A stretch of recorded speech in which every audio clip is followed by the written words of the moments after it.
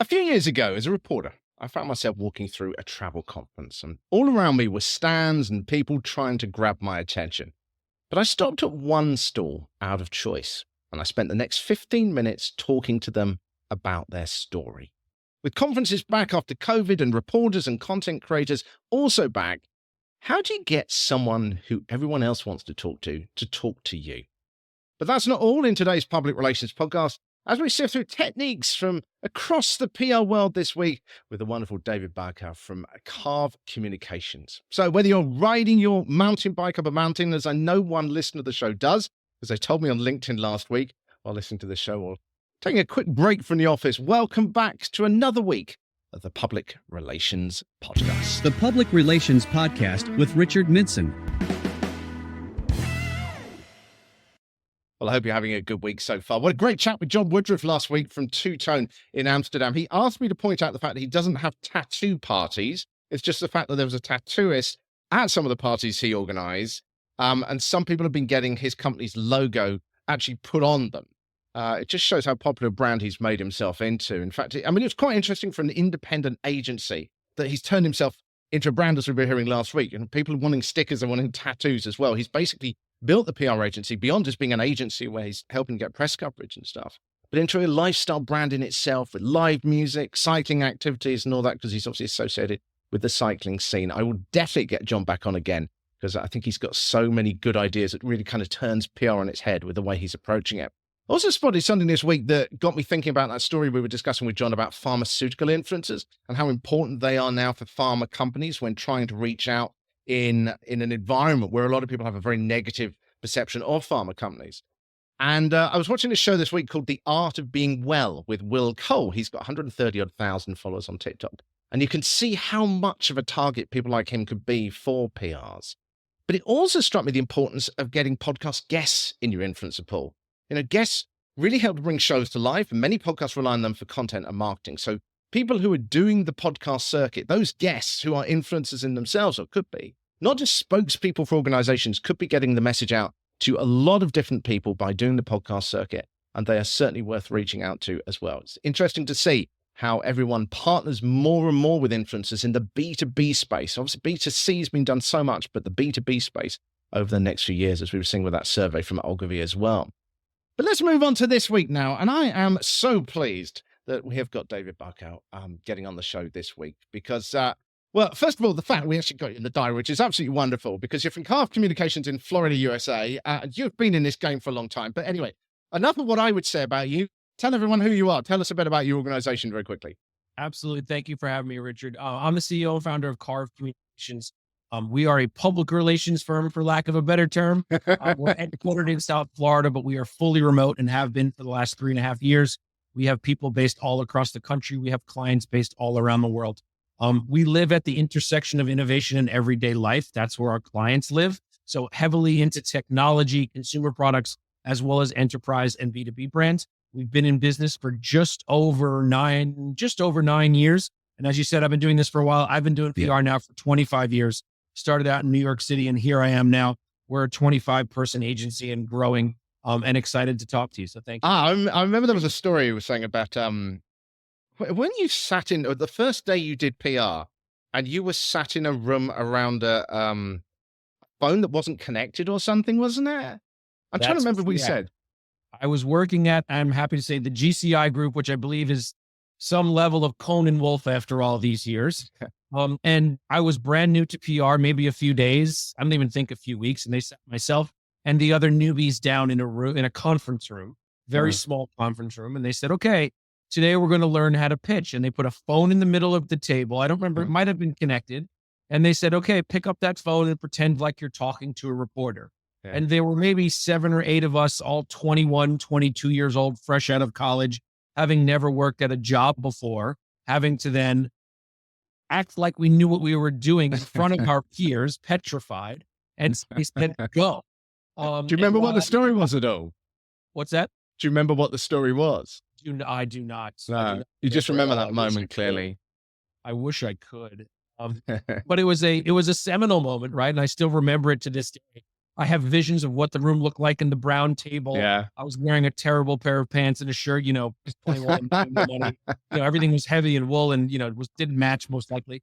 But it was a seminal moment in my career because that was really what kicked off my media relations career. Now, 25 years later, having a staff doing all this work and a team doing all of this and teaching them. I tell them that story all the time. I said, look, I could put you in a room with a phone and make you pretend like you're pitching in front of each other, but I won't do that. Go figure out how to do it. But it really taught me a lot very, very early on, amongst other things as well. There was one other thing. We mustn't get bogged down because we've got to get to the news story. But I was really interested by the fact you said that you've got a completely remote company. How does that work better, in a sense, than office-based ones? Or what do you think are the pros? The pros for us, and it's been this way since, 3.5 years ago, whenever COVID started, whatever number we're at is, my team, and the team has grown. When we started COVID, I think we were 7 people. Now we're 25. The freedom to live their life outside of work and in combination with work. And I think, look, it depends on every single company, every single agency, every single geographic area where you live, right? Miami, where we started, where we were founded, and back then we were only people that worked in Miami. Commuting is very difficult. There is no public transportation here, so we were all reliant on sitting in our cars to get to work, and that becomes extremely exhausting on a day-to-day basis. And so giving people back that freedom to live their life. Yes, go to the doctor? Sure, go to the doctor. You want to start working at 6 o'clock in the morning instead of 9 o'clock in the morning and you're done by 2? Sure, you have that freedom, and making people comfortable. So that's one of the pros. The other pro that's allowed it to happen, and I've been talking a lot about this lately. I've been to a few different PR leadership conferences in the last few weeks. Maybe it's my point of view, but it has allowed our team to create the culture rather than me, the CEO and founder, creating the culture. I feel like when you're in an office environment, that culture is dictated by who's in charge, right? Yeah. Lunchtime is noon. Where are you going right now? Who's going to go out to lunch? Hey, we're going to do this in the afternoon. We've created a culture where I've left it to the team to create the culture. I don't know what, especially because we're all remote, I don't know what somebody who's 25 years old living in Cleveland, Ohio. I think the key, I've worked in remote companies and for myself as well for more than 10 years now. And I think the main thing when you're working in a remote company is you've got to have the right people. And one of the things about PR is that I think it attracts self-starters, people who are excited about the job. I don't think it works if you've got a mundane job where people don't want to be there. 100%. It's got to be something where and I tell my team, I've been in every single position they've ever been in PR. Yeah. Lying at your desk, angry at your boss, not wanting to show up in the morning, angry at the client, ready to throw your computer on the. I've been in every frozen. You know what it's like. Exactly. Yeah. And I'd love to do a whole episode on that, but let's get to the main juice of the stuff. Let's start off with a few stories that we spotted this week. Muckrak's recent State of PR Measurement report shows that 66% of PR professionals view measurement as more vital than creativity for proving their worth to clients. The study also reveals they spend over half their time monitoring media, which seems amazing. But interestingly, the number of stories placed still leads as the top metric, while actual brand sentiment trails behind. A notable gap exists between clients and PRs when it comes to revenue impact, with clients seeing it as far more important. What can we take away from this story? I think some of those results skew themselves a bit because it's just one thing is seen as more of a focus than others. It doesn't mean that other stuff is necessarily less relevant. But what did you make from that? What I make from that is that we're still measuring the same things we've been measuring for 25 years. Yep. And we need to, as an industry, and this is something we're working towards, coming up with a new way to measure the impact of what we do, right? Yep. Reach and impressions and unique monthly visitors and number of stories. Those are all great. They don't really tell the full story of what that placement means to the client. What's going to be needed to done to change that, though? Because I think one of the problems that I see a lot is that firms and clients still see PR as being just about column inches. They haven't realized how much PR itself has evolved, particularly in the last few years. So how do you get the people who are paying the paychecks to realize that things have changed as well? We've done it in particular by creating our own unique scoring system that looks at the deeper value of a piece of coverage beyond those typical metrics. And what that has done is now not even with our marketing people that we interact with, from the C-suite level, they're now asking, what is the score of this placement? I need to know what this placement actually means, what it says, what the value of it is. So I know we're going to talk about value a little later, overall value. but it's on PR people to find ways to better illustrate the value of the placement other than just it's in this publication, it's got this much reach or this much impression. That doesn't. So is it tell us- just about constantly repeating it to the clients? I mean, how do you find that you can actually get it across to them that you've got to look at this differently? Because what was the other one? It was about, they were saying that percentage of the conversation was more important than actual sentiment within it, which again kind of goes back to this idea that all PR is about is getting column inches. It's like, well, surely it's the message, it's the quality of what is being delivered. It's whether it's even achieving a result. Yeah, that's what we do, right? We continually strive, quantity over quality. We look less at the quantity. Oh my God, I need 100 placements or I need 200. I'd rather have 10 or 15 high quality placements and the clients see that value. The rest of the stuff gets filtered out. So that's what we focus on. I think PR people need to focus on is train your clients, teach them, illustrate to them that quality matters more than quantity in this day because the quantity is much, much harder because as we all know, everybody watching, everybody listening, there are just way less PR people and way less media out there than there were 5 months ago, much less 5 years, 15 years ago. So you focus on the quality, keep illustrating to your clients that quality matters more than quantity. But if you're doing PR right, the quantity will come. But you have to focus on the quality. Let's move on to the next story. It's one you spotted, and this was about UPS, wasn't it? And about the whole sort of industrial relations and the pay they get. Tell us a bit about that one. Yeah, I mean, the story is that, I think it's now UPS drivers, not their starting pay, but very quickly, UPS drivers here in the United States can start earning upwards of $170,000 a year to drive their brown truck around delivering all your Amazon packages or whatever good, whatever you're getting for Christmas this year or Hanukkah. And so it's that dichotomy of value, right? People are saying, and we've seen a lot in the tech world, tech pros and people working in technology. We're like, wait a minute. I spent $75,000 on an education and student debt, and I could have just gone and been UPS driver and making more than I'm making. But what it illustrates and when I look at it is the value of that UPS driver, right? We don't take enough look at that value. In the same way, looking at the value of a piece of coverage, look at the value of that driver to us. He's not just a guy driving a truck, right? What does that mean to you to make sure that your Lululemon clothes get to you on time, right? Or that Christmas gets to your grandmother on time this year. That's as much the technology that UPS uses. And it's even more that driver getting it there. And that's the value of us needing packages next day. And it is making sure you're delivering value as well, isn't that? Because like with the measurement report where CMOs are saying that they want to see what the dollar return is, that you can't just go out there and have a fun party anymore. Well, I mean, there's obviously some entertainment value, isn't there? If a client enjoys it, there's a value. But in terms of a long-term client relationship, if you're not delivering actual real value, it's not going to work. They're going to give up at some point. Absolutely. And it's also helping your clients illustrate their value.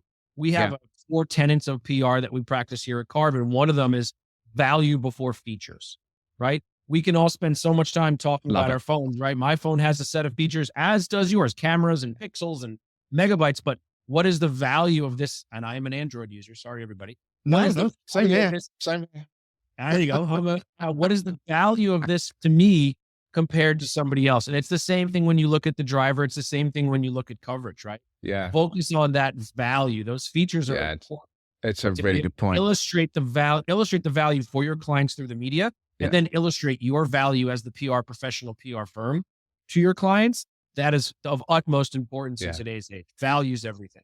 One other story, and that's public trust in AI usage by firms, and public suspicion has been highlighted again this week after an article in the Washington Post reported allegations that reviewed USA Today owned website used AI-generated reviews. Unions already involved in a dispute with the owners highlighted that articles were written by people whom they had never heard of or could find on LinkedIn. Now, the owners say the work was carried out by a marketing firm and the content was written by humans, despite the marketing firm themselves saying on their website that it used AI as a core feature of its service.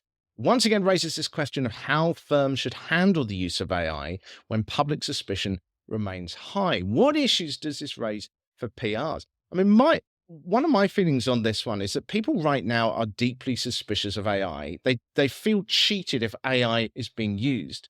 But I wonder over time if people are going to start getting used to it more. And then from a firm's point of view, I think people are accepting the fact that everyone is using AI to draft stuff, to do the basics, but they still want to feel that they're getting a human that does that final bit, that does that edge. Because otherwise, why bother even, what like with the USA Today? Why bother going to USA Today if I can go to ChatGPT and get exactly the same result? Sure. It actually comes back to your value point again, I think. 100% it comes back to value. And I think we also have to look at, we're in such early stages of AI.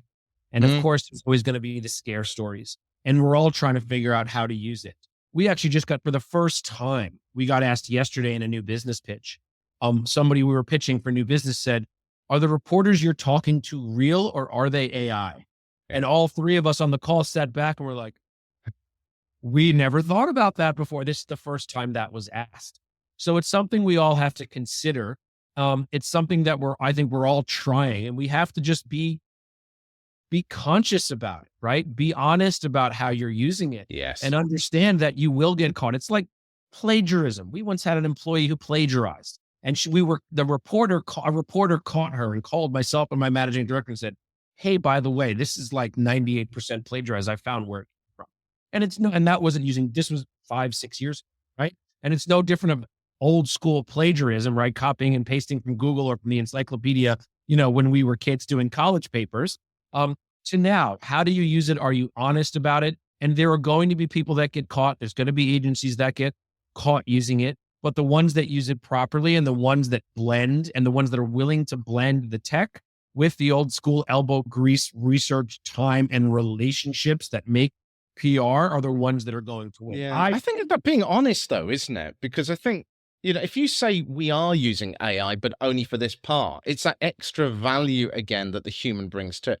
There's one other thing you said there, which I've been wondering a lot about, which is with newsrooms. And I feel that in a way that and I'd be interested in your thought on it, if there's actually going to be a resurgence of quality paywall journalism, because those are going to be the ones that aren't using AI as much, that use genuine human insight, connections, contacts, and stuff like that. Whereas the stuff which is free is just going to be pumped out and no one's going to read it because there's just going to be so much stuff out there. Your thoughts on that? I think you're absolutely correct. I think we're going to see a resurgence in a short time of real journalism, because I think I don't remember where I read the story that, those fake journalists, and some are already coming back to, hey, and look, it's nice and easy for these for all these media companies to cut costs and use AI. But at some point that's going to come back to bite them, because the readership is just not going to be there. People are going to realize it's not real. They're going to want something more substantial, especially in the world we live in right now and everything that's happening right now. So I absolutely believe that's right. We're going to get back to it's going to take a little time because everyone's experimenting and see how much cost they can cut and how they can get away with it. Yeah. But it's going to come back around to real journalism. I think there's going to be a whole new opportunity for that real quality journalism for PR people who are focused on that. Definitely is. And that's going to be all about being in a niche and having the good contacts in there, isn't it? Absolutely. They're still out there. We've got to find them, and we've got to nurture those good journalists. Well, actually, we're kind of leading into this because now we're moving on to the part of the show where we do our best to break down some kind of news story or PR moment or something that is happening to try and see what kind of techniques we can pull out of them for any sector of PR or comms. Plus, I'll be asking for your perspective as well. Now then, a number of surveys I've been looking at recently show the events industry is expected to return to its pre-COVID levels by 2025 and accelerate from there. That means that events are back, event launches are back, reporters are back, and content creators are back at these events, which leads me to a story of something that happened to me a few years ago, as I was mentioning earlier. As I said in the introduction, I was walking through this travel fair in London as a reporter, and I was covering the event for a radio station. And as usual, I was scoping out the event pretty quickly at the beginning of the day, looking for people I might want to talk to, while moving at speed to try and avoid all the PRs trying to stop me and pitch their story. And as I hurried down this one aisle, I still remember it very clearly, a bit like David talking about when he picked up that phone. I saw this sign, and it simply said in quite large words, but quite crudely, "Live here, no income tax, corporation tax 20%.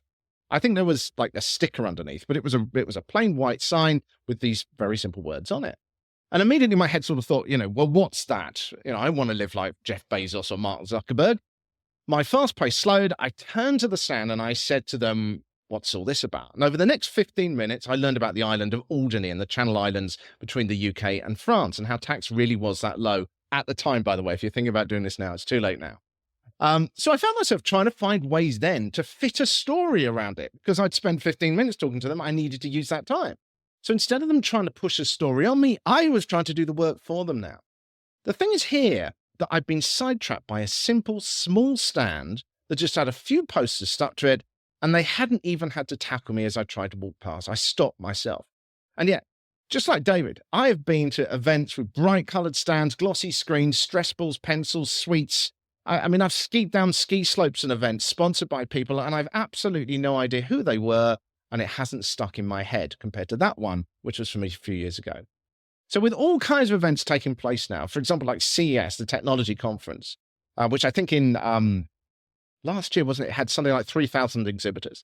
How do you stand out, especially if you have a limited budget? That's what we're going to talk about today. I mean, my first point from this, I think, David, is that it's about having a clear message. Very few stands that you see at events can you tell what the heck they're talking about when you first see them. That's my first thought. What are yours?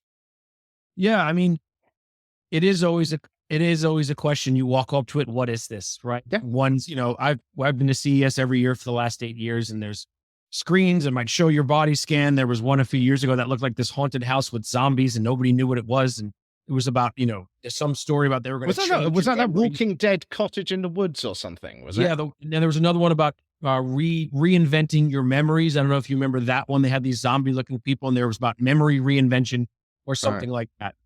It goes back to value, as we've been talking about. And I think what really separates and to get the understanding is, what is the activity that you can do that draws you into that booth, right? Beyond just a phone stanchioned on a thing that you can touch and do. Yeah. And that's what we've always tried to do for our clients. We did that a number of years ago, just to tell a quick story with a client in the breastfeeding space for new mothers. And they were a very small company based down here. They were investing in CES, but they said, how do we, a tiny new company, break through the clutter of CES and 150,000 people? And this was before COVID, so probably 8,000 exhibitors before COVID. And so we said, well, let's focus on what your product does and leveraging your product. And so this product helped women extract more milk while breastfeeding. And so we found a local organization in Las Vegas, a breastfeeding organization. We found 2 women willing to come and pump milk out of their breasts live on the floor of CES for a company called Imlac, if they're out there listening. And we had these women using the product in real life. They were real women using this product in the booth, and they're a tiny little company. And they had a tiny booth and a chair in the middle, the product, and a woman using the product in real life. I mean, that's an immediate, I can imagine walking past as a journalist, I'm immediately going to wonder what's going on there. And presumably it was fairly clear as well, was it, as to what the story was? Because, you see these stunts, and at times, or you see someone doing something, or you see some kind of art exhibit, and you're looking at it kind of going, okay, what are you trying to tell me? I do that all the time. And I was just in a bunch of art museums lately. It's okay. It's a black painting on the wall. Right? Why is this hanging on the wall and worth God knows what? Of course, right? We all do that when we walk in there. We're just not seeing the vision, David. That's the problem. Yeah. And what it was is what it is. And I think where everybody has to think about this is, you can do a stunt, you can have a fancy booth, you can spend all the money in the world. But what is the narrative you're telling with that story, with that stunt, with that booth? The way we look at it is, and everybody should, is what, why, how, and it sounds crazy and it sounds stupid simple, but everybody just wants to know, what is it? Why do I care? How is this different from everybody else? And who are you? And if you got some data you can align with that and something you can share with that, either in the booth or afterwards, that's a great narrative to start. I think it's got to be clear, because again, as a journalist, you're going through these events, you've got one day, you've got all these different, or however many days for the thing. You've got all these different people, and you're going there to get a story, and that story needs those components. And if it's going to take me time to walk past and then walk up to you, then put up with you trying to tell me a whole lot of other waffle, I just want to know what the story is. So if that booth tells me what that story is, if it's clear from the start, I'm more likely to walk up to you and more likely to be interested in talking to you. Because ultimately, at that point, I'm just trying to find out the details around the story rather than trying to find out what the pitch was. Because it can be such a painful process talking to people. And it's just like, just give me the want to swear here, but just give me the story. It's the why, right? We can all talk about Simon Sinek till we're blue in the face, but that was one of the most honest and true and real things, especially in what we do, is it's not even the what, it's all about the why. Why this? Especially at CES, And even that, when we did this for the company Imalac, there were 5 other companies in the same space at CES, all doing relatively the same thing for that very particular audience of breastfeeding women. And so we had to think about why. Why would the media want to come to us versus another one? Because the other ones just had them on a shelf and maybe they had a nice screen showing the demonstration video. We said the why is because now you can see how this product actually works. Talk to somebody who's actually using it. And that's especially true. Obviously, this is CES we're talking about, where there's 150,000 people there and probably 125,000 are men, right? When we're going to CES, it's like 8 to 1, 10 to 1, I think it is some crazy number. And so we really had to define that why. And it was the why as much as the what we were doing that got people interested. All the media coverage, people from other booths were like, what are they doing over there? Who's their PR firm and how are they getting so much media over there? Come to my booth. And that was the reaction. So focus on that why. Why does that reporter want to come in to see you? Because that the booth is only one part, because then they're going to go home. And it's the same thing that happened with you being a journalist. You then went home and thought about, well, I visited 20 other booths, but I know why I want to write about that one. Exactly. Why this thing versus all the other islands, all the other states, countries, and everything else that was at that travel show. What you did is you thought about the why. Exactly. Yeah. But they've made the story clear. I think that was it. There was another thought I had on this as well, which is about dinners and parties and stuff like that after the event. And, you know, as a reporter, you get invited to a lot of these and it's like crazy golf and drinks and all this kind of stuff. And I think, again, you've got a problem here because if it's just going for drinks, again, you as a reporter are going to say, why should I go to your drinks? What am I going to get from spending that time there? Now, if you can guarantee that I'm going to have a bunch of people I want to connect with, that's fine. But at the same time, if you have 20 other exhibitors at your party, then why am I going to talk about you?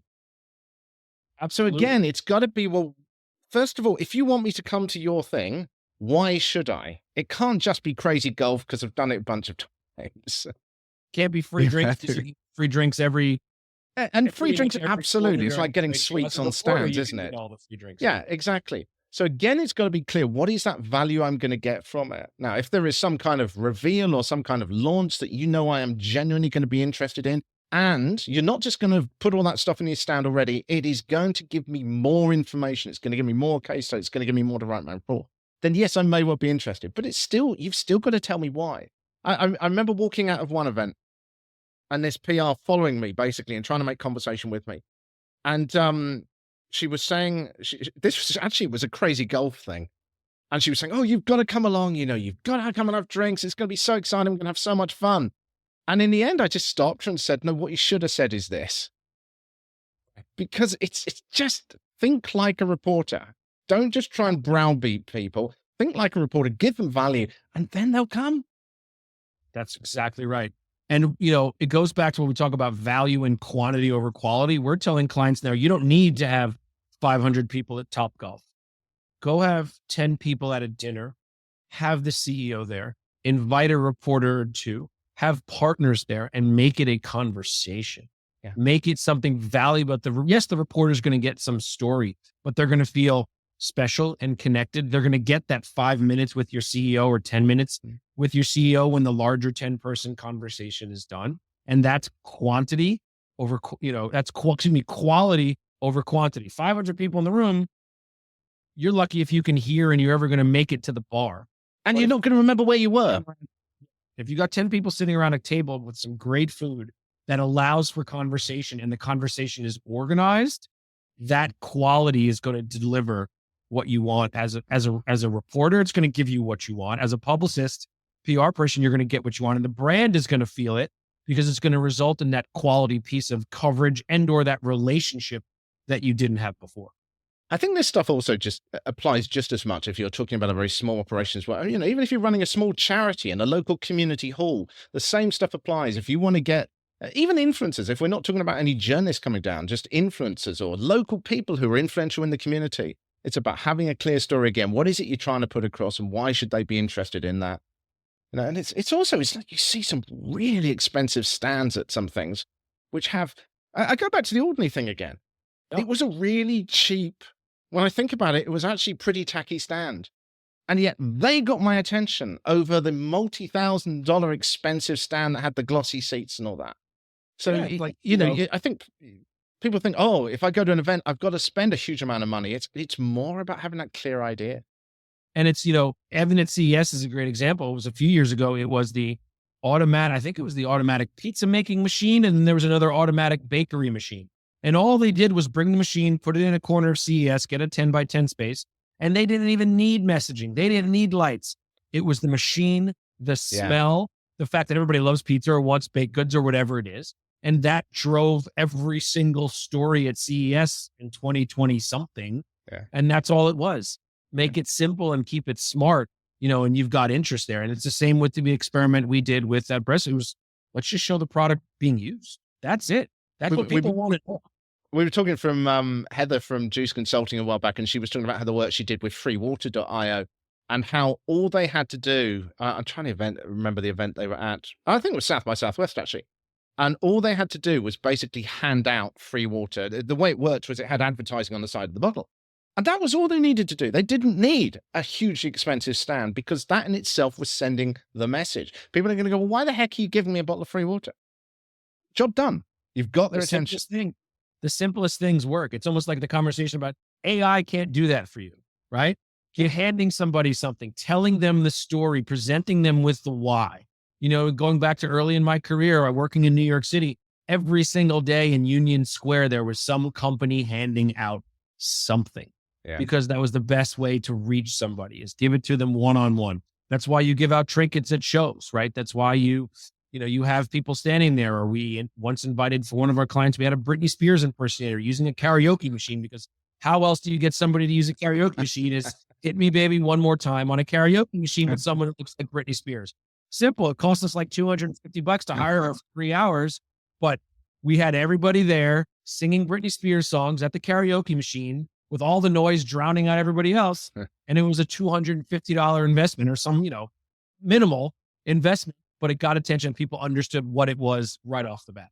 Well, we'll talk more about events actually in just a moment, but however you're watching at the moment, whether you're listening on Spotify or on iTunes or however you're normally listening, or if you found the new YouTube versions, which I'm now putting out as a bit of an experiment as well, I would love to know what is the best PR event stunt you have seen. What is it that actually grabbed your interest? So not what looked fluffy or nice or expensive, but what actually you still think about. What was that thing that stuck in your head and you thought, I know that brand, or I have a feeling about that brand? What was it? I would love to know. You can reach out to me, as always, through info@thepublicrelationspodcast.com or via my LinkedIn, which is, you can find me, Richard Midson, Midson. Okay, well, we're actually still going to talk about events for a moment, because I always ask my guests to tell us about a campaign that they've been working on recently, hands-on. And you were mentioning the fact about an event campaign you were doing. So this is over to you a bit, David. Tell us a bit about what the campaign was, how you planned it, how you organized it, and what happened. Sure. The campaign was called Carve X, and it was a media experience for the media. We're very familiar with, and you probably are as well, with the media events that happen at CES, and they have Epcom and Showstoppers. And they happen throughout the year. And there are a number of others where it's just media. Everybody pays $5,000 for an 8x8 table. You put your thing up behind, you put a tablecloth on, and you put your products. That's the typical way of media events, not CES, but these specialized media events. And so we said to ourselves, there's a better way to do this, because everything we do is focused on value, as I've mentioned. How do we do a better job of exposing the media to the value of our clients' products in a one-to-one situation? So we said to ourselves, let's do our own media event. We're going to call it CarveX, the Carve Experience. And so what we did is we rented a space in New York City, roughly an empty space with multiple different rooms. But rather than offering our clients and other companies, how about a 5x5 table? You can come have a representative there and put your product on it. What we did is we looked at our clients' products and the companies that were participating, and we said, what are the value of these and how are these products actually used? Where are these products actually used by the consumer? So what we did is we took these 4 different rooms in this space, and we created a bedroom for the products and toys that are used by children or adults in a bedroom. We have a client that's in the game space to play games. They're called Relatable, game called What Do You Mean, which are very popular. So we created a gaming room with chairs and the games set out on the table. We had a playroom. We work with a lot of educational toy companies. And so instead of having the toys on a table, we set up a playroom just like my daughter's playroom looks like out there, with beautiful colors. And we put the products on the floor. on the carpet on the floor and invited the reporters that came. It was about a 3-hour event. We had about 50 people come in through about 3 hours, and the reporters were sitting on the floor playing with the product. You don't It makes see that great anymore. photos. That was something I forgot to say earlier. That's the thing with that as well. You They were instantly sitting on got the something floor that playing with- influencers, journalists, whoever can take a photo they can use. Yeah. We had another one of our clients is in kind of the electric scooters for kids business. We had the scooters there, but we invited them to ride around the hallway. And we had reporters getting on the back of these kids' electric scooters, revving them up and driving through the hallways of this multi-office thing. So it was going back to values. We let them experience the product, how it looks in a playroom, how you sit down and play with it, the feel, the touch, organized with other products, illustrating the value benefits of a STEM or STEAM toy or social emotional learning, the games, what that looks like. And so we created this event. We did it in about 2 months. Our timeline was completely insane, but my team pulled it off. And like I said, we built out this space of 4 different rooms within about 4 hours the day before. And we had 50 media come through in about 3 hours on don't remember what day of the week in early August. And the feedback, yes, the coverage we got and the coverage we're going to get this holiday. And that was the goal, was let's expose some products for holiday coming up. It was August. Everybody's already thinking about holiday stuff for December. So get that exposure. But the feedback we got from reporters who said, I've never seen products exhibited like this before. This is the way I want to interact with products. This was great. I got to feel and touch. And we didn't even have, only one client had a client representative there. Everybody else, the clients were not there. They trusted us as their firm, and they trusted the media were going to interact. We were going to get them the information afterwards, of course. So it wasn't just about some marketing executive saying, here, look at this. It was go, play, touch, do, use, feel, take a picture of the QR code for more information. And it was amazingly successful. We're already planning on doing it next year, bigger, better, broader, giving us more time to plan for it than 2 months, of course. But it was that going back to the value proposition, value over features, the what, why, how, and who of the product, and changing the paradigm of these media events from a table to it's so much more fun as well. That's the thing too, because reporters. Those media events can be painful. And the reporters, some of them stayed for an hour and a half. And most of these things, they're going through table by table by table by table. Yeah. They got to feel and touch everything and use it and play with it and try it and experience it. And we even saw one of our competitors mimic what we did just short time later. So that's a good thing. But yeah, it's that experience, changing that paradigm, focusing on value over features. And also the last thing, which we keep talking about throughout this conversation, is quality over quantity. Yeah. Right? Yeah. The quality of the experience versus lots of different things, that really rung true with the reporters that were there, and why our clients wanted to get involved and invest in it as well. I think one of the other things that you bring out there is that with a lot of those meet the media events, is that I can just get it online now. I don't need to meet you. But if I'm coming along to take photos or experience something, then, well, I can't do that online. I mean, yeah, you've got VR and AR and all this kind of thing, but they're a long way away from still being that. I mean, I love the idea of the bedroom. Sit down in the bedroom, play with the toys on the floor. It's going to bring up memories inside you of being a child. It just sticks in your head. And then you can always ask for more information afterwards. Yeah, and we can also submit. We all send product, right? That's still send me a sample, right? Send me a sample. What does that sample do? It sits on your desk underneath the 100 other samples that you've been sent, and we bother you, and you say, "Oh, I'll get to it next week or next month or next quarter." Yeah, that's right. Right? But now they were more selective as to what they wanted, rather than us just saying, "Yeah, we're going to send you this," or like the one that I played with in this room, the 2 that I did over there, those I want. Send me those, and they've already reviewed them. Right? We're just sending them for photography or because they want to give it to their kid. They had the experience before we had to send it to them.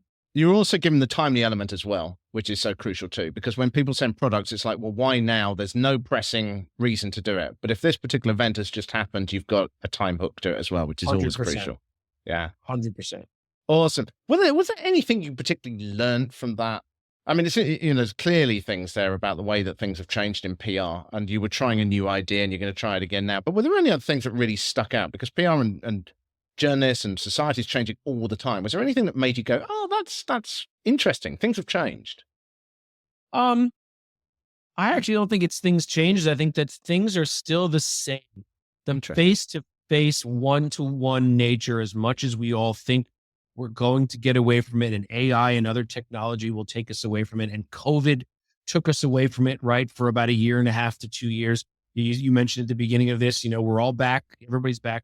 That's really what stuck with me, is that this face-to-face relationship building nature of PR that I learned 25 years ago with that phone and then being exposed to everything else I did in my first year of PR is still there. It is still the heart of it.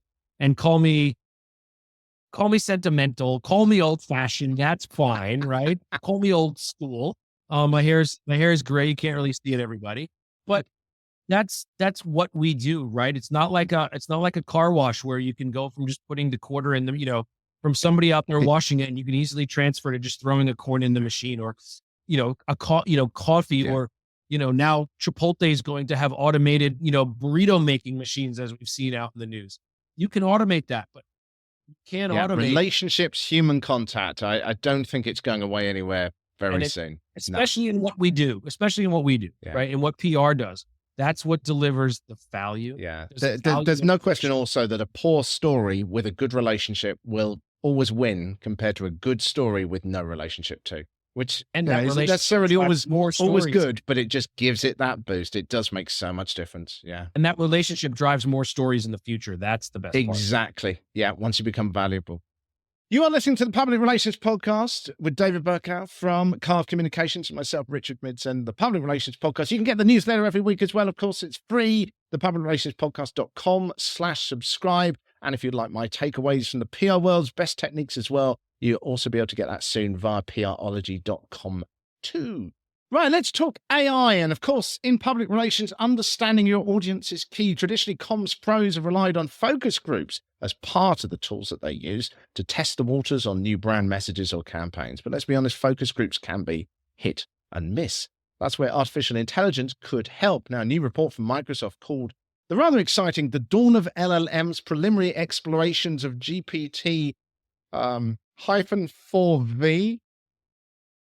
Oh dear. Clearly wasn't written for the press. Talks about the direction ChatGPT's new vision system is going and where it could go in the future. It has the potential to monitor, for example, hundreds of CCTV cameras all at once looking for suspicious activity. But it also has the potential to read the mood of a focus group rather than rely on what people say. So imagine understanding through the body language the truth of what people are thinking. There's obviously ethical questions here. But since people are taking part in the focus group, they should be given their consent anyway, so that shouldn't be a problem.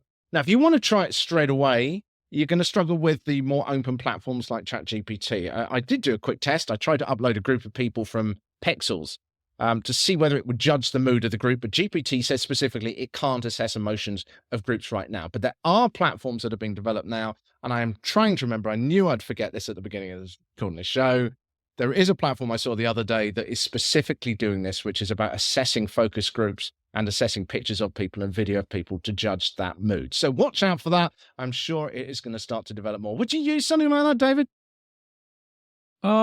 Probably not. I'm somewhat of an AI skeptic very early on. We're still going through the learning process here at Carve. In fact, in about 1.5 weeks, we have a whole seminar for my whole team to learn more about it. But that seems a little bit far for me to test to use AI to test a focus group just yet. It's going to be interesting to see how it goes, though, isn't it? Yeah, it will be interesting to see where all of this goes, especially that when you're taking human emotion, human response beyond just repeat, spitting out information and data to how am I feeling, how am I doing beyond the realm of security and other things. I was saying in the previous show, I uploaded a picture of my cat to ChatGPT and said, how old is my cat? And it said it was 10 years old based on its shape and eye color and all this kind of thing. And my cat is 13, which was quite interesting that it assessed the picture and it might have guessed, it might have got lucky, but it's still. That might work for humans, right? When you don't want to admit your age or your wife doesn't want to. Well, you and I are both 21 anyway. I mean, we know that. You look, you might be 45, but you don't look a day over 39. Well, you just confirmed that for me, darling. That's absolutely right. Okay, so this is a part of the show where we look at questions that have been sent in, mainly via LinkedIn. If you would like to send a thought, then you can check out the newsletter, but you can always reach out to me on LinkedIn at Richard Midson, Midson. I know a lot of people don't like to put these questions publicly, so that's fine. If you want to reach out to me that way, that is fine. I will put them in the show, but I won't say who you are or your organization. I would deliberately do that so that we can keep them general, so that they can give value to everyone else as well. Let's have a quick look at the question I've got here. Is there a way to judge how often you should post to social media channels of an organization? This is a pretty general question for starters. Over to you, David, first, and then I've got a few thoughts on this as well. I think you need to, if you're brand new to social media as a brand, I would look at what your competitors are doing and how often they are posting. If you already have experience on social and you're the new social media person coming in, look at what the reaction is and when people are reacting. Too much is always too much, right? You've got to meter it out. So use the knowledge that you have, find the data of what others are doing, and then figure out what works within your calendar and within your schedule. But it's definitely, you don't want to do it every day, 4 times a day, 5 days a week. It's best to do it timely. That's our take on it when we make recommendations. And that's not just traditional social media, but even on LinkedIn and other places. Look at what your competitors are doing and then judge from there. Yeah, it always gets me with, Gary Vaynerchuk, love him or hate him. He's saying that you should put out as much as you physically can. It's like, well, where do you find the time for starters? But he did make a good point that I saw a while back, where he said that with the way that algorithms are working now, if you're worried about bombarding people with too much information, you have to remember that the algorithms will only show people as much as they're interested in. So if you are putting out 10 pieces of content a day and someone doesn't care about what you do, they're not going to see it anyway. It's only the people who are going to be actually interested. So there is a degree of actual filtering of that content. But I still think, even if people, we get it all the time with newsletters and things like that. If you get too much of it, even of a good thing, it's too much to take on board. So you just give up. And you have to choose as a brand and as a brand social media manager, are you a noisy brand or are you not a noisy brand? Gary Vaynerchuk made that choice long ago, that he was going to be noisy, not in a negative way. He was going to be noisy. But does that speak to your brand premise? Is that the value you want to get out there, that you're noisy? Do you want to be noisy? Do you want to be smart? Do you want to be funny? Do you want to be frequent? Do you want to be sometimes? That's what you have. That's what you as a brand manager, marketer, whatever that might be, have to choose first before you do anything. Next question. I thought this was quite an interesting one, actually. A question from a student studying comms here. How far can we go in spinning a narrative to showcase our client in the best possible light? Is there a set guideline or some sort of criteria to judge the acceptability of how much we can embellish a story? I love it. Go on, over to you, David, again on this one. I had a feeling you're going to throw me. I thought you might take that one first. Okay. Oh no, that's fine. I will do. I actually, my first thought on this one is you have to ask yourself, what actually is spin? Spin and PR kind of got blended together, particularly in the 80s, where I think it went too far. When you couldn't disprove stuff, PR people were coming up with absolutely anything. And I think this is why PR still has this label of being a spinning thing. But if you think about what is information, when someone criticizes your brand, they are spinning. They're just choosing to use the negative points about you. They are selectively giving the things which put you in a bad light. So from a PR's point of view, you are putting across the good things about the company or the things that you're trying to get at, those bits of information. You can't provide everything about an organization. But the other thing as well is that if you are saying something which isn't true, today more than ever, you're going to be found out. So in my view, it is far better to be focusing on that information, which is true, that helps to portray the brand in the best possible way. And you're doing no different from anyone else, as I say, that's criticizing you. If you think you're being unethical, it's not so much a question of how the audience are going to react to this, but you've got to ask yourself, why are you being unethical? What is the organization doing wrong? What have they got to change? Or what are you spinning too far? I think that's kind of the boundary of where I would go. That's my thoughts. Yeah, no, that's great. And that helped me formulate my thought. I would think that if you even have to consider whether it's ethical or not, you've already started off in the wrong. And so to this student asking the question, and the way we view it is, a narrative should not be a one-time thing. If you're only looking as your narratives as you got one opportunity to tell that narrative, a narrative should be multiple parts. You should be able to not embellish the narrative, but take the narrative and break it down into parts. Yes, there's the message, but then what data supports that message or all 5 of those different messages? What proof points do you have to share that align to each of those things that allow you to whether it's day one of a campaign or day 50 of a campaign, it's either the first message or you've got 4 more on the back of that are going to, it's not embellishing. You are adding on to the narrative that you've already placed. So looking at a narrative as a one-off, one-time opportunity, let's try to juice it up as much as possible. Don't look at it that way, because campaigns and success in PR are not won in a single moment. They are won over time. An old boss once told me, PR is a frequency medium. Lloyd Truckleman, if you're out there listening, PR is a frequency medium.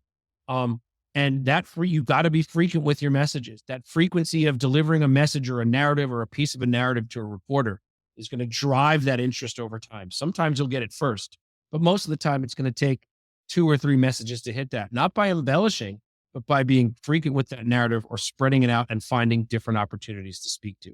That's Awesome. the way we. Perfect. One other question, actually, which it wasn't sent in, but what do you think is the biggest challenge now for PR over the next few years?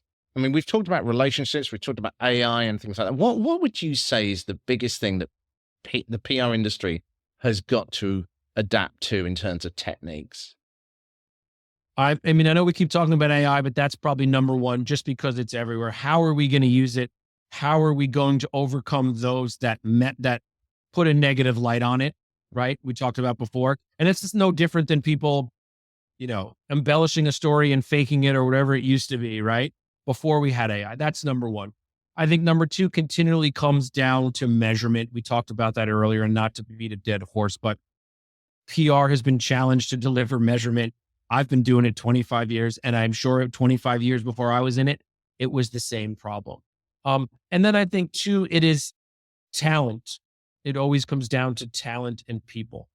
Are there enough young people willing to learn the traditional ways of PR? And not only the traditional ways of PR, but not everybody can come in as a social media manager wanting to do things on TikTok, and that's important.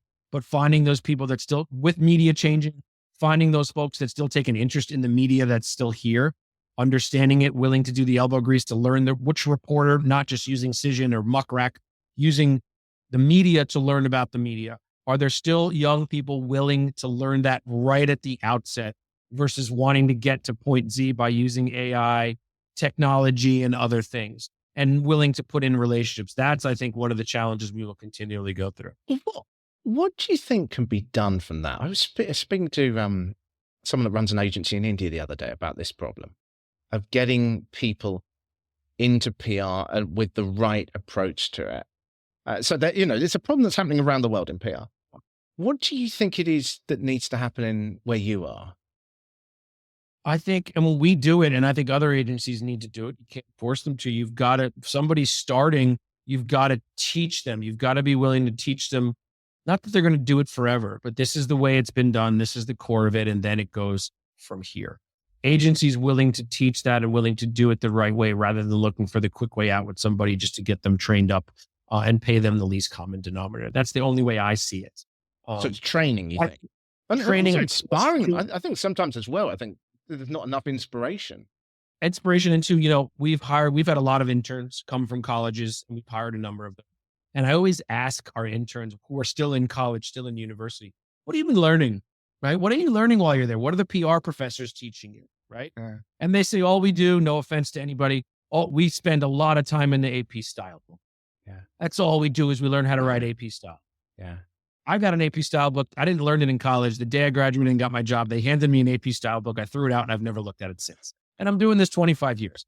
So I think it comes down to the universities and the professors and those, where you're learning PR, to teach at that level, right? Just like we, when we were young, learned basic history of England or US or whatever. We're still learning that today, right? We've got to teach that history of PR and the way it was done, and how that transfers into the way it will be done in the future. Because I heard a lot of that. No one was learning.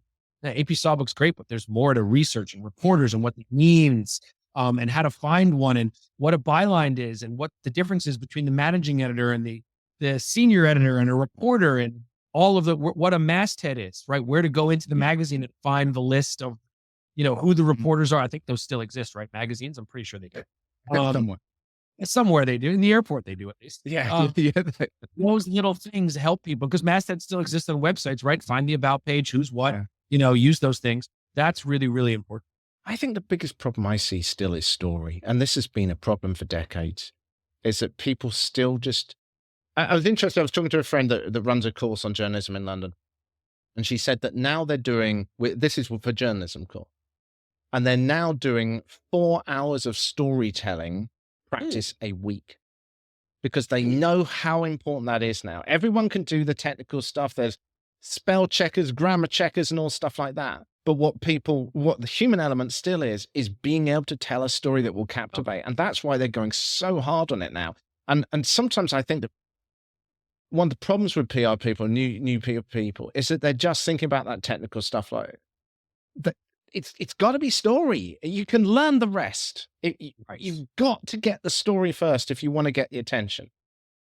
Absolutely, and it's beyond the press release. You see a lot of kids in college coming out learning how to structurally write a press release, which is important. Yeah. But it comes back to the first thing you asked me, or the story you asked me to tell about the telephone. That's storytelling. Yeah. How do you tell a story? What is the value of that story? And a lot of young people these days, unfortunately, and I have a 12-year-old son, they don't know how to storytell. They only know how to go like that. And that's a big difference, right? My son doesn't even know how to use a phone. Like he only talks like this. He can't hold it like that. That's story, right? But it's really, really important is storytelling. And learning storytelling, yes, from PR, but from film and TV and movies and how these things are structured. I did that in college. I went from taking business classes to film classes about, fabulous cinema and the storytelling that was involved in the fabulous cinema or the storytelling. I must have watched Blade Runner in 4 different classes, 4 different times during my senior year of college. But the storytelling that was involved in Blade Runner and the multi-layers. It teaches you how to construct story. Teaches you how to structure a story. And that was just Blade Runner. You can use any movie, you can use Goodfellas, Godfather, it doesn't matter what it is. But you're absolutely right. It is about, because that's what today is in our world of PR with the limited resources that are out there and the limited media. It's storytelling, it's value, it's quality, and it's relationship in order to do that. Yeah. Well, we went on a bit longer there in the community bag, but hopefully you found that interesting as well. If you would like to send in a question, as I say, feel free to reach out to me on LinkedIn, Richard Midson, Midson. Let me thank David from Carve Communications. Honestly, I think this show could probably go on for 5-6 hours, but we probably better round it up. Thank you so much. To sum up, I think you kind of just did there on the whole thing about the value. Is there any sort of lasting thought that you think people should be thinking about in the PR world? We talked about it, but just don't forget about the relationships. Relationships are everything, but they need to be supported by the story and by the value, because the old adage is, it's not who it's how you're telling the story, and you're never going to get a favor just based on the relationship. You still have to tell that story. Stick with that and you'll be successful. Awesome. David, have you got any particular campaigns that coming up that you're really excited about you'd like to share? We'll be at CES in January with about 5, 6, 7 clients. So if anybody out there will also be at CES, look me up, find me on the site. My email is listed at the bottom there. Would love to meet and chat with people. I love talking PR, as you can tell, but we're all trying to get through the holiday season and get to CES. That's for sure. You better say it aloud, because not everyone's going to be watching this. Most people will listen to the show. So say your email address and how to contact you. Absolutely. We're at carvecoms.com, CARVECOMMS.com. And my email is david@carvecoms.com. And you can always find me on LinkedIn. That's the best place. A lot of good content there on LinkedIn. Thank you so much. Awesome. Thank you, David. So if you are running a campaign, let me know what you are up to and a little bit about it so that I can give you a plug on the show. You can reach out to me, as I say, on LinkedIn or on prology.com, coming very soon as well. If you would like to be a guest host on the show and want to introduce yourself to everyone, then head to the publicrelationspodcast.com. You will see a link at the top there, which says the word guest. Pretty obvious. You click on that. It's got all the details about how you can get involved in the show. And I would love to get you on. If you can tell lots of stories like David was just doing now about things that you've been hands-on with in the PR world that you think other people can benefit from as well, I would love to get you on so you can show off your personality and your skills to everyone else too. That's it for this week. I hope you are having an absolutely fantastic week, whatever you're up to, whether you are riding a mountain bike up a mountain at the moment or however you're listening to the show. I hope you have a fantastic rest of the week. And actually, no show next week. There's not going to be one. I've got to go to Europe for a conference, so I'm not going to be able to do one next week, but I will be back after that. But in the meantime, have a fantastic week. and I will speak to you real soon.